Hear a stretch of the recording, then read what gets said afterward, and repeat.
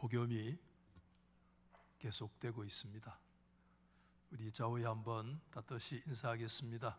복염 속에도 건강하십시오. 감사합니다.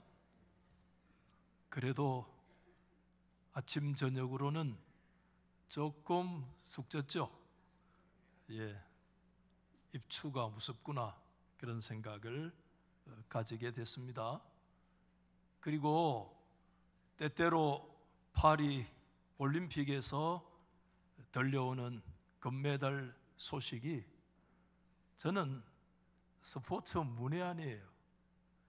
그런 저에게도요, 그런 소식이 마음의 시원함과 기쁨을 주는 그런 기쁨이 저에게도 있었습니다. 세계가 우리 한국을 향해서 놀라고 있습니다. 뭐라고 얘기하느냐 하면 파이팅 코리아. 파이팅, 그건 무슨 뜻이에요? 싸우자, 그런 뜻입니다. 우리 한국이 싸우는 종목은 다 잘해. 활도 잘 쏘고 또 뭐죠? 그렇지, 총도 잘 쏘고 또 칼을 잡으면 막 비호같이 막 날아다니고. 그래서 한국 사람들한테 잘못 배다가 큰일 나겠다, 그런 얘기를 지금 하고 있는데, 탁구 선수들 보니까요, 진짜 거의 신기에 가까운 것 같아요. 그렇죠? 제가 눈이 와다다다다. 그런데 그거 받아가지고 넘기는 거 보면, 그래도 보니까 중국의 장벽이 높더라고요. 한 수 위라 보니까. 배드민턴 조금 말썽이 있기는 했습니다만은 그 긴 랠리 속에서 한 점을 따기 위해서요, 이리 뛰고 저리 뛰면서, 제가 이번에 다시 한번 생각했어요. 진정한 스포츠 정신은 뭔가? 인간의 한계에 도전하는 것도 되지만 오히려 그거보다는 우리 한번 따라해 보십시다. 포기하지 않는 정신. 그 포기하지 않는 정신 때문에 스포츠 정신 그 자체가 고귀하구나 하는 생각을 다시 한번 가져봤는데, 오늘 저와 여러분들이 누가복음 18장 말씀을 읽으셨는데, 이 성경 안에도 보면 만만치 않는 한 여인이 나타나요. 그 여인은 어떤 여인인가 하면 포기할 줄 모르는 여인, 아주 끈덕진 그런 여인. 그런 면에서 아마 올림픽에 나가면 금메달감이다, 그렇게 생각되어지는 한 여성이 등장하고 있습니다. 여러분, 사람들은 오늘 본문을 일컬어서 흔히 불의한 재판관 비유다, 이렇게 얘기를 합니다. 왜냐하면 6절에 예수님이 직접 그 재판장을 일컬어서 불의하다고 규정을 하셨기 때문이다 생각하게 되고, 그러나 그가 진짜 불의한 이유는 2절 말씀 안에 잘 드러나 있습니다. 어떤 도시에 두 가지 얘기합니다. 첫 번째 뭐죠? 하나님을 두려워하지 않고 동시에 사람을 무시하는 재판장이 있어요. 여러분, 이스라엘 백성들은 율법 공동체인데 율법의 핵심이 두 가지잖아요. 첫 번째, 하나님을 뭐 하는 것이죠?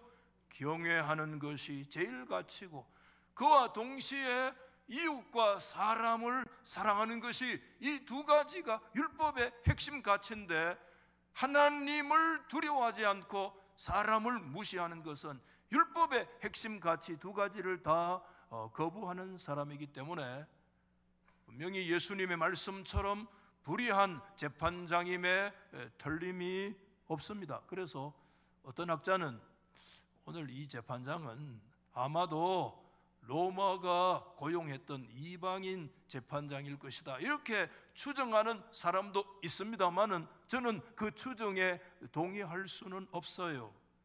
이방인에게 율법의 핵심 가치를 제시한다는 것은 그만큼 불합리한 것이기 때문에 아마도 오늘 이 재판장은 유대인임에 틀림이 없고 율법의 핵심 가치를 무시하기 때문에 불의한 사람임에 틀림이 없다는 생각을 가집니다. 그러나 여러분, 오늘 이 말씀의 내적인 흐름을 가만히 바라보면 오늘 성경의 핵심이 이 재판장이 막 설치기 때문에 그에게 있는 것 같습니다만은 아닌 것 같아요. 오히려 이 핵심이 누구에게 있는가 하면 그 재판장에게 찾아가서 자신의 원한을 풀어달라고요, 아주 끈덕지게 요구하는 과부로 표현되어지는 이 여인에게 있다는 사실을 우리에게 보여주고 있어요.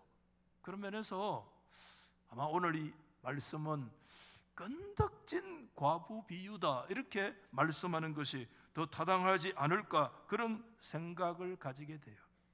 여러분, 우리가 성경 말씀이 읽을 때 뭐 다 쉽게 읽지만은, 그러나 막상 그 말씀을 읽고 또 해석하고 설교하려고 하면 좀 어렵습니다. 인정합니까? 주일만 되면 막 목사가 나서 막 설교하지만 사실 설교가요 쉬운 건 아니에요, 사실. 그렇기 때문에 특별히 예수님의 비유는 매우 어려워요. 그 비유의 의미가 원미닝, 하나의 의미만 있는지, 어떤 학자는 그리 주죠. 어떤 학자는 아니야, 거의 멀티플, 다양한 미닝, 의미가 있어 어느 장단에 춤을 춰야 될지 몰라. 학자들마다 의견이 분분해요. 그래서 비유에 대한 책이 아마 엄청날 거예요. 저한테도 종류 보면 한 20가지가 넘는 그런 책을 저도 가지고 다시 한번 그런 책들을 이렇게 살펴봐도요, 때로는 마음에 크게 이렇게 감흥이라고 그럴까요? 어떤 그런 깨달음이 오지 않을 때가 있습니다. 그러다가 샤이먼 키스토메이커라고 하는 파라블 오브 지저스, 예수님의 비유라고 하는 책을 통해서 딱 한 문장이 눈에 들어오는데 이런 문장이었습니다.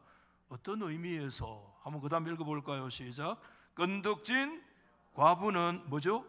기도하는 교회의 모습이다. 뒷부분 시작. 끈덕진 과부는 기도하는 교회의 모습이다 라고 하는 구절이 제 눈에 들어와요. 이 구절이 마음에 새겨지면서 하나님의 말씀인 성경이 조금씩 더 풀어지고 좀 설교가 진행되어진다고 할까요? 저는 그런 질문을 먼저 가졌어요. 왜 이렇게 훌륭한 샤이먼 키스토메이커는 오늘 누가 18장 이 본문 비유의 말씀을 해석하면서 여기에 에클레시아라고 하는 교회라는 단어를 그가 들어서 사용을 했을까 하는 질문을 가지게 되었습니다.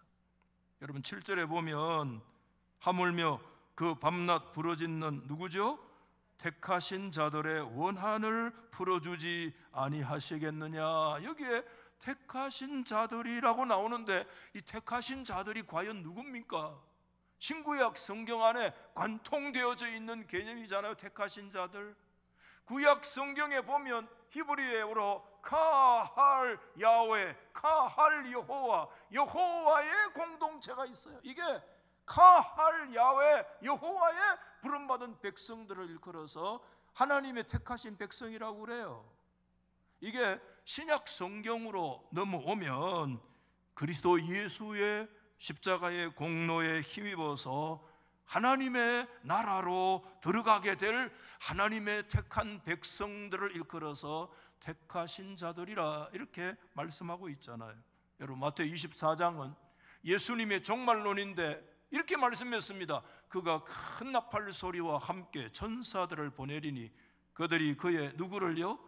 택하신 자들을 하늘 이 끝에서 저 끝까지 사방팔방에서 다 불러 모으는 역사가 앞으로 종말에 일어날 줄 믿으시면 아멘. 하나님의 택하신 하나님의 카할 여호와의 백성들을 그들이 어느 곳에 있든지 하나님은 한 사람도 놓치지 아니하시고 다 하나님의 나라로 정말에 이끌어 들이시는 그 백성을 오늘 우리는 이것을 뭐라고 얘기하느냐?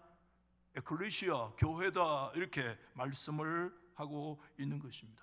그런 면에서 샤이먼 키스메이커가 오늘 이 말씀을 보면서 왜 교회라는 단어를 여기에 사용을 했을까? 택한 백성들이기 때문에. 그런데 그런 면에서 가만히 보면 오늘 이 성경에 나오는 주인공인 끈덕진 과부라는 여성과 예수님의 이 비유를 해석할 때 이 택한 백성들, 교회라고 하는 것은 서로 닮은 꼴이다. 과부와 교회는 닮은 꼴이에요. 두 가지 면에서 그래요. 첫째는 뭐냐 하면 교회와 과부는 공통점이, 첫 번째, 영적인 원수로부터 뭐를 받아요? 공격을 받는다는 측면에서 하나의 공통점, 닮은 꼴이라는 것입니다. 여러분, 택하신 백성인 교회는 영적 원수로부터 공격을 받는 공동체라는 사실을 우리가 놓쳐서는 안 됩니다. 오늘 이 성경에 나오는 과부라고 하는 이 여성이 있잖아요. 이 여성은요, 지금 누구에게? 원수에게 핍박을 받고 있습니다. 여러분, 딱 그 원수라는 단어가 3절에 딱 한 번만 지금 여기에 언급되잖아요. 내 원수에 대한 나의 원한을 풀어주십시오. 그런데 이 원수는요, 이 성경 말씀에 보면 전면에 절대 나타나지 않아요. 법정에 나타나는 법도 없는 것 같아요. 이 원수는요, 배후에서 딱 숨어 있어요. 그러면서도 오늘 이 가난한 과부를 엄청나게 지금 압박하고 엄청나게 핍박을 해서 이 과부로 하여금 불의한 재판장이라고 소문난 그런 사람이었지만 그 사람 앞에 그냥 밤이고 낮이고 뛰어나가지 아니하고는 견딜 수 없도록 그를 몰아세웠던 것이 뭐냐? 원수의 핍박이에요, 여러분. 이 원수는 앞에 나타나지도 않아.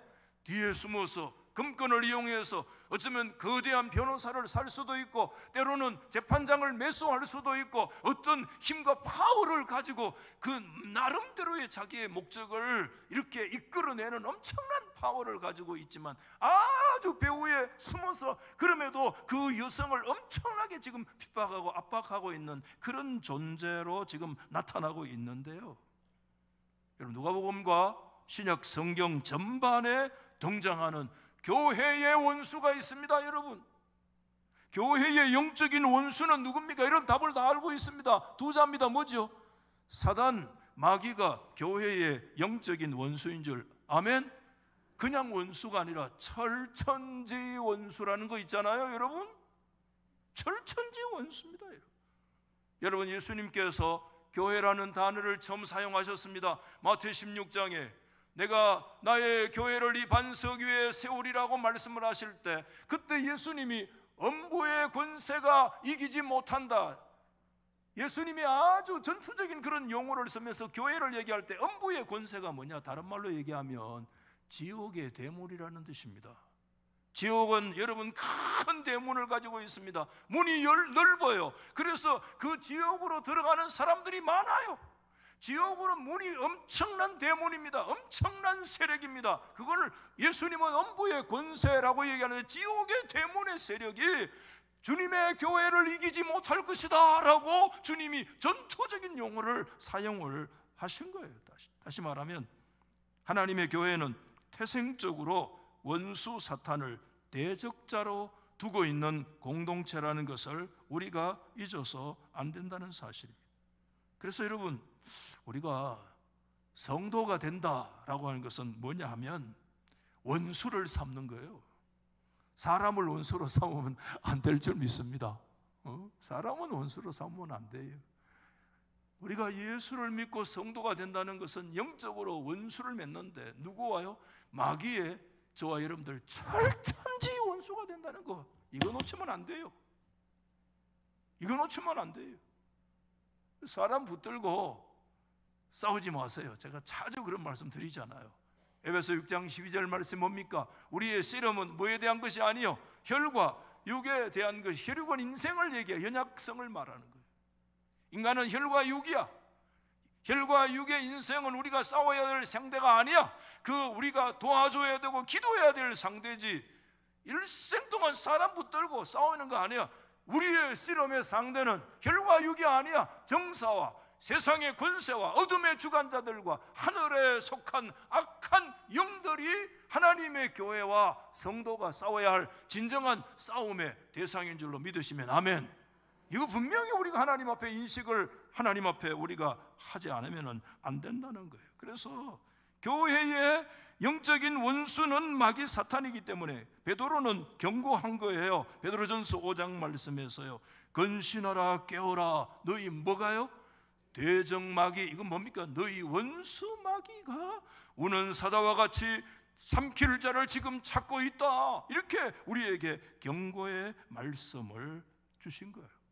그래서 교회와 여러분, 오늘 이 성경의 과부는 하나님 앞에 원수로부터 공격받는 공통점을 가지고 있음에서 닮은 꼴이고, 또 하나 두 번째는 무슨 것이냐면, 교회와 과부는요, 공이 두 번째가 있는데 영적인 원한을 가지고 있는 존재라는 것을 우리가 잊어서는 안 된다는 것입니다. 여러분, 교회와 과부는 공통점이 있어요. 그게 뭐라고요? 영적인 원한이 있어요. 여러분, 오늘 이 비유에서 가장 많이 등장하는 단어가 뭡니까? 원한이라는 단어입니다. 원한. 속 좋은 단어가 아니잖아요. 여러분, 3절에 보면 나의 원한을 풀어주십시오. 이게 오늘 이 모든 스토리를 가능하는 동기가 여기 시작되는 거예요. 5절 말씀에 이 과부가 나를 번거롭게 하니 내가 그 원한을 풀어주리라. 7절 말씀에 하물며 하나님께서 그 밤낮 부르짖는 택하신 자들의 원한을 풀어주지 아니하시겠느냐. 여러분, 오늘 이 비유는 불의한 재판장 비유, 끈덕진 과부의 비유, 오케이, 좋아요. 그런데 이 비유는 무슨 비유냐? 원한 비유, 원한의 비유예요. 과부는 원한이 있는 사람이야. 교회는 원한이 있어요. 성도가 뭐가 있느냐? 성도는 원한이 있습니다. 원한이 있습니다. 여러분에게 있는 원한이 뭡니까? 몇 가지로 정리해 보면, 우리가 종말론적인 측면에서 임의와 아직 아니의 사이에 우리가 있기 때문에 그 원한이 우리 속에 있다는 거 우리가 인정해야 돼. 이미 우리는 하나님의 자녀가 된 줄로 믿습니다. 하나님의 선택된 자녀인 줄 믿습니다. already 이미 우리는 변할 수 없는, 다시 물을 수 없는, 파괴될 수 없는 하나님의 영원한 하나님의 백성이요 하나님의 선택된 자녀임에 틀림이 없습니다. 아멘. 이미. 그러나 난 옛 아직 아는 거 우리 속에 있습니까? 없습니까? 있습니다. 우리 안에 내면의 갈등이 있습니다. 하나님의 자녀답지 못하는 난 옛이 우리 가운데 여전히 있습니다. 내가 하나님의 자녀 맞는가? 내가 목사 맞는가? 내가 예수 믿는 사람 맞는가? 난 옛이 여러분 우리의 생애 속에 여전히 지금 따라오고 있습니다. 이미와 아직 아니 사이에 우리는 원한을 갖고 있는 사람입니다. 아픔이 있습니다. 하나님의 영광을 드러내지 못하는 아픔이 우리 속에 있습니다. 여러분, 바울은 고백했잖아요. 로마서 7장 말씀에 뭐라고 말을 했어요? 21절 말씀에 선을 원하는 나에게 내가 뭐가 있어요? 왜 악이 나에게 있느냐? 그는 24절에 이렇게 얘기해서 유명한 얘기 아닙니까? 이 공고한 사람 사망의 몸에 누가 나를 구출해낼 수 있겠느냐? 오늘 우리 가운데 사망의 몸이 없습니까? 여러분, 로마서 6장에 그리스도와 연합되어진, 그래서 그리스도 안에 함께 죽고 함께 살아나는 영적인 세례를 경험한 우리들이 7장에 넘어오면 곤고한 인생들, 이 사망의 몸에 있는 난 옛 아직 아닌 오늘 우리 속에 있는 이 아픔과 원한이 하나님의 교회의 원한이요 성도의 원한이라는 것이 우리 속에 있습니다. 눈물이 있어요.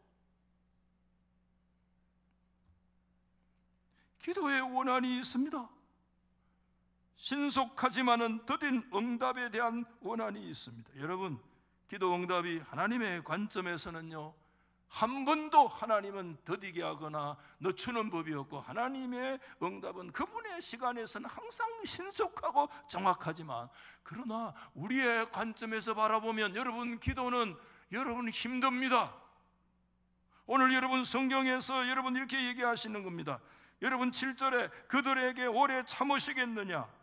8절에 내가 너희에게 이르노니 속히 그 원한을 풀어주리라. 오래 참지 않으시고 속히 기도 응답을 주신다고 얘기해. 하나님의 관점에서는 속히 오래 참지 않으시고 응답하시는 것 신속하지만 우리의 관점에서 보면 죽을 지경일 때가 있습니다. 여러분, 하나님 앞에 기도의 응답을 놓고 여러분 가슴을 졸이고 눈물을 흘리면서 하나님, 여러분 그 하나님의 기도의 응답을 놓고 하나님 앞에 원한 사무친 그런 심령을 가지고 서 있는 자들 오늘 우리 가운데 있습니다. 그렇기 때문에 기도 생활의 가장 큰 걸림돌은 여러분 기도의 응답이 내가 생각한 만큼 빠르지 않고, 그래서 기도하다가 모두 낙심하고 어떻게 되느냐? 중단하게 된다는 사실을 말씀하고 있어요. 때로는 여러분 우리 속에 여러분 하나님의 사람이지만 세상 사람들과의 이 원치 않는 비교 속에서 우리 가운데 원한이 있습니다. 저는 시편 73편을 굉장히 좋아합니다. 73편 자주 제가 얘기를 했어요. 아삽이라는 시인의 시가 73편의 깊은 사상으로 나타나 있어요. 여러분, 아삽은 하나님 앞에 거룩하고 정결하게 살려고 노력했습니다. 매일 손 씻고 정결하게 살려고 애썼습니다. 그런데 여러분, 아삽의 삶의 현실은 어땠습니까? 고난이 다가옵니다. 질병이 다가옵니다. 시련이 옵니다. 깊은 터널 속으로 들어갑니다. 언제 그 터널이 끝날는지 알지 못합니다. 오늘 우리 찬양대 찬양이 설교 다 해보대 오늘. 그래서 오늘 설교 안 해도 되겠다 이 생각을 했는데, 그 센 물결이 막 몰아치는 그거 알고 노래 불렀는지 모르겠는데, 알고 노래 불렀던 사람은 아멘 해봐요. 그냥 이만 뻥긋뻥긋한 거 아이가? 그 센 인생의 바람이 막 몰아치우고 있을 때, 그런데 여러분 세상을 바라보면 병도 안 들고 세상 사람들 성공하고 세상 사람들 다 출세하고 잘 되는 것 같고, 하나님 하는 나는 하나님 앞에 매일 손 씻고 정결하고 거룩하게 살려고 하고, 나는 매일 아프고 병 들고 암 찾아오고 여러 가지 고난과 시련이 나에게 몰려오고, 세상 사람들이 하나님 믿는 너 왜 그러냐, 여러분이 이런 손가락질을 당하고 비웃음이 오는 것 같을 때, 이게 우리 성도들의 원한입니다. 이게 우리의 아픔이고 우리의 눈물이고, 오늘 찬양처럼 그 센 파도가 우리를 몰아치고 올 때, 하나님이 눈에 안 보일 때 큰 아픔과 원한과 시련이 하나님의 교회의 눈물의 탄식으로 우리 속에 있어요. 제가 좋아하는 영성신학자 마르바 든이라는 사람의 시편 묵상집을 보면 그 제목이 이렇게 돼 있어요. 나는 언제까지 외롭습니까 하나님? 우리 한번 따라 하십시다. 주여. 한번 열어봐요. 주여. 입을 열어봐요. 주여. 언제까지입니까? 언제까지입니까? 여러분 시편 성경을 보십시오. 1편에서 150편까지 하하호호하고, 여러분 정말 하나님 앞에 푸른 초장 실만한 물가도 있습니다마는, 여러분 고난의 시련과 사망의 엄침한 골짜기와 여러분 깊은 절망과 그 센 파도 몰아치는 터널 속으로 인생이 끄집어 들어가서 그 속으로 처박힐 때, 옆편 시편 성경의 기자들이 고백은 한 줄로 외워주는데, 주여 어느 때까지입니까? 언제 가야 이 고난의 시련이 끝이 나며 어느 때까지입니까 주여? 우리의 가슴을 때리는 이런 아픔과 시련들, 탄식이 하나님의 백성들, 시편 시인들의 공동점이 뭐냐? 주여 어느 때까지입니까? 고난의 시련이 그들에게 있다는 거예요. 하나님의 부재를 감당해야 할 그 시간이 언제까지입니까? 탄식이 우리 속에 있습니다. 하나님의 교회는 원한 공동체입니다. 하나님의 교회는 탄식의 공동체인 줄로 믿습니다. 여러분. 근데 여러분 꼭 기억하십시오. 그럼에도 하나님은 우리에게요 무기를 주셨어요. 교회는 무기를 가지고 있는 공동체입니다. 여러분, 주님께서 교회 안에 주신 최대의 무기가 무엇입니까? 여러분들의 무기가 뭡니까? 우리 인간의 제일 큰 무기가 뭐냐면 뭐니 해도 뭐라고? 뭐니 해도? 정신 차려봐요. 뭐니 해도 돈, 뭐니 돈이 엄청난 무기야. 근데 하나님은 때때로 우리에게 말씀합니다. 돈이 너의 인생의 무기가 아니다. 네 인생의 돈으로 할 수 없는 거 고백해라. 아멘. 너의 돈이 너의 인생의 진짜 무기인 줄 아느냐? 겸손해라. 하나님 앞에. 돈이 네 인생의 무기가 아니야. 너의 인생의 지식이 네 인생의 무기냐? 아이고, 지식이 너의 인생의 무기가 아님을 하나님 앞에 고백해라. 너의 인생의 수많은 노하우와 너의 인생의 수많은 여러 가지 경륜과 그거 중요하지만 그것 가지고 궁극적인 우리의 무기가 될 수 있는 것이 아니다. 그거 다 한계가 있는 것이다. 여러분, 우리 인생에 어떤 무기도 다 한계 있는 무기입니다. 그건 우리의 진정한 무기가 아니에요. 주님이 우리에게 진정한 무기를 주셨습니다. 그 무기가 뭔 줄 아십니까? 기대하십시오. 눈을 번쩍 뜨고 귀를 쫑긋해요. 그 주님이 우리 교회에 주신, 우리에게 주신 최대의 무기가 뭐냐? 야, 기대하세요. 고대하시라. 따라해봐요. 기도다. 지금 보니까 세 사람이 실망했어. 지금 또 똑같은 소리 하고 앉았네 하면서. 맞아요. 충분히 이해가 돼. 실망하는 모습이 몇 사람 보였어. 별소리 아니구나. 아니야. 여러분, 기도야말로 우리의 최대의 무기인 줄 믿으시면 아멘. 여러분, 우리의 길고 짧은 인생을 살아오면서 여러분, 돈으로 안 될 때, 지식으로 안 될 때, 우리 인생의 경륜과 네트워크로도 안 될 때 살아계신 하나님 앞에 가서 외치고 하나님께 부르짖고 하나님께 내 소망을 아뢰고 하나님 앞에 나의 그 아픔과 하나님 앞에 그 괴로움과 그 눈물과 인생의 허무와 인생의 실패와 좌절과 수많은 고난들을 외칠 수 있는 대상과 외칠 수 있는 영적 시스템이 기도인데, 이 기도가 없이 저와 여러분이 지금까지 살아올 수 있었습니까? 우리 달서교회 뭐 기도 매일매일 안 해도 살아계신 하나님을 향하여 여러분, 이 기도의 문이 열려지기를 예수 이름으로 축원합니다. 여러분, 이거 하나님께서 우리에게 주신 최대의 무기예요. 제가 이 말씀을 공부하다가 깨달은 하나가 있어요. 요아킴 예레미야서 자주 얘기하는데 예수의 비유의 대가예요. 그가 그 예수의 비유 해설에서 5절에 보면 5절 말씀 보세요. 이렇게 돼. 이 과부가 나를 번거롭게 하니 내가 그 원한을 풀어주리라. 그렇지 않으면 널 와서 나를 뭐하게 하리라? 괴롭게 하리라. 갈로 해가지고 제가 헬라 적어놨잖아요. 휘포파이조라고요. 이게 이 요아킴 예레미야서가 이걸 해석했는데, 휘포파이조라는 단어가 뭐냐 하면 이게 복합어인데, 휘포는 아래, 언더, 밑에 이런 뜻이에요. 그 밑에 흡스라는 단어와 히포가 서로 합쳐져 가지고 히포파이조가 됐는데, 흡스는 뭐냐면 이 눈이에요. 눈 아래, 요 뜻이야. 그래서 나를 괴롭게 하리라. 히포파이조라는 뜻이 뭐냐면, 문자적으로 얘기하면 한번 다 따라합시다. 눈을 주 때린다. 눈을 주 때리는, 눈을 때리는 게 아니야. 어디를 때려?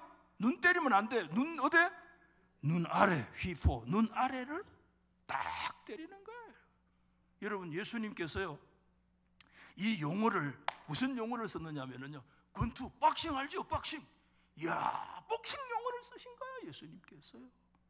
오늘 이거 뭘 얘기하느냐 하면, 여러분, 가난한 과부는 백도 없어. 아무것도 의지할 것이 없어. 지금 원수에 뛰쳐나가지 않으면 견딜 수 없는 엄청난 핍박과 도전을 받고 있는 거야. 그래서 그 여인이 뛰쳐나갔어. 그래가지고 불의한 재판장이라고 소문난 사람이지만 그 앞에 가서 아침이고 저녁이고 소리쳤어. 나의 원한을 풀어주시오라고 얘기한 것은 뭐와 같으냐 하면, 그 과부가 복싱을 해가지고 어찌 그 불의한 재판장이 뭐를 때린 거와 같아?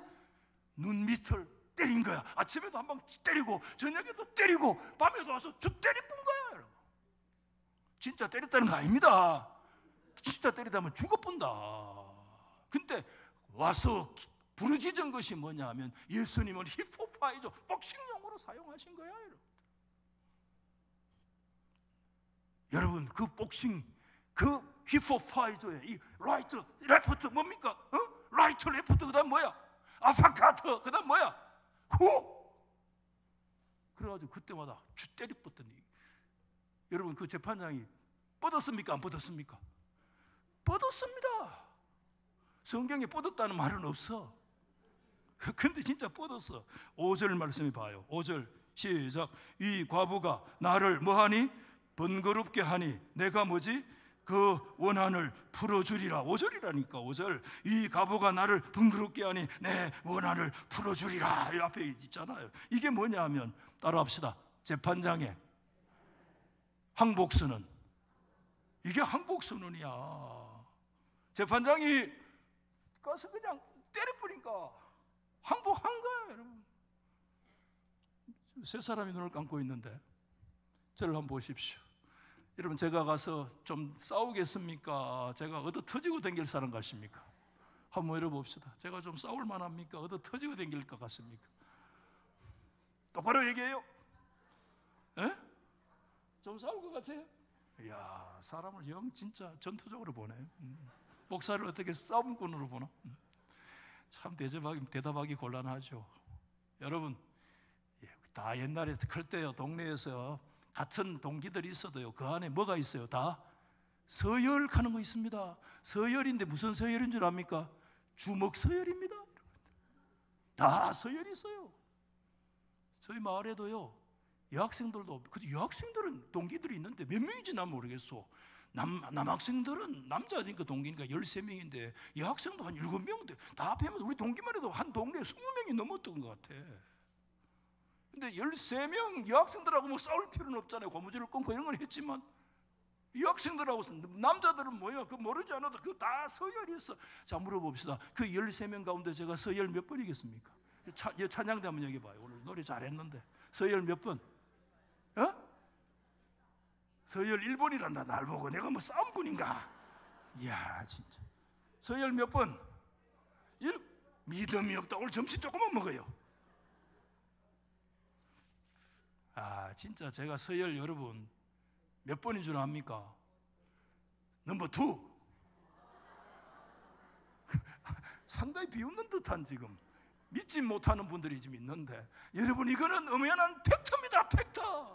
설교할 때 거짓말 할 수 없잖아요. 이 히스토리컬 팩트예요. 제가 역사가 아닙니까? 넘버 2예요. 여러분, 12대 1하고 싸워본 적 있어요? 12대 1, 13명 중에 12대 1하고 내가 싸웠어.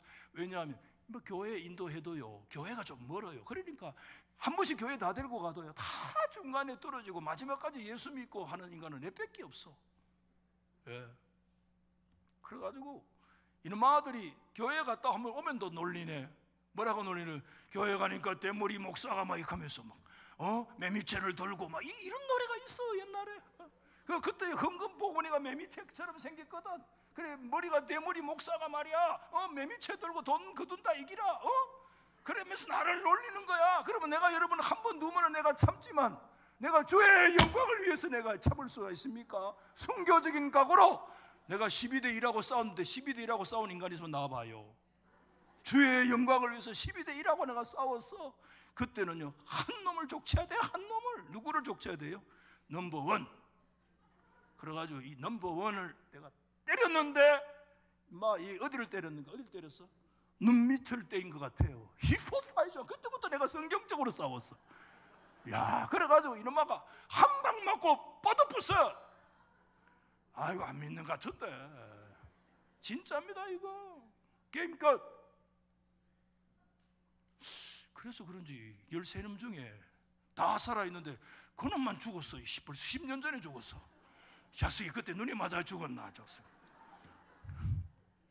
그래, 뭐 자식 뭐 결혼도 하고 뭐 나중에 또 나중에 소문 들으니까 뭐 병이 걸려가지고 고생한다고, 전화도 못하고 그렇게 죽었는데, 나중에 소문 들으니까 그래도 그 인간이 마누라를 잘 얻었는지 예수를 잘 믿고 죽었다 카네. 할렐루야야. 예수를 잘 믿고 죽었대. 예? 나 때문에 맞고 죽은 거 아니라.